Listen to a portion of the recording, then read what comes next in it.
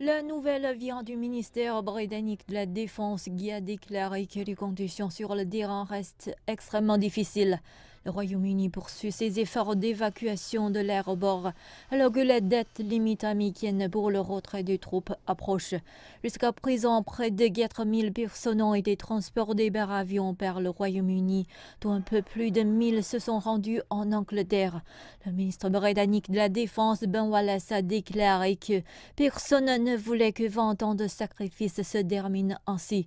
Pendant ce temps, le cofondateur des talibans, le Mollah Abdul Ghani Baradar, est arrivé à Kaboul pour des entretiens avec des politiciens.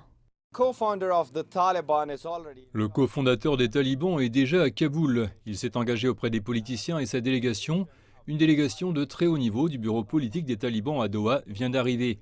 Ils étaient là samedi et ont discuté de plusieurs questions avec l'ancien président Hamid Karzai, chef du Haut Conseil pour la réconciliation nationale. Plusieurs dirigeants talibans se sont rencontrés séparément un peu partout et tentent de parvenir à un accord et établir finalement un nouveau gouvernement qui est très attendu. Aujourd'hui, les réunions et pourparlers continuent. Dans l'ensemble, ils disent que ces discussions portent surtout sur le gouvernement, mais il n'y a pas encore de définition précise pour cela. Les talibans veulent parler avec tout le monde, tous les partis, et ces forces tangibles en Afghanistan opposées aux talibans depuis des années, plus de 30 ans. Toutes ces questions sont maintenant abordées au même endroit, là où les discussions se poursuivent. Nous verrons comment elles se concluent et quelle administration en découlera. C'est le plus grand défi, celui de tout ramener à la normale et que la vie reprenne son cours dans le pays.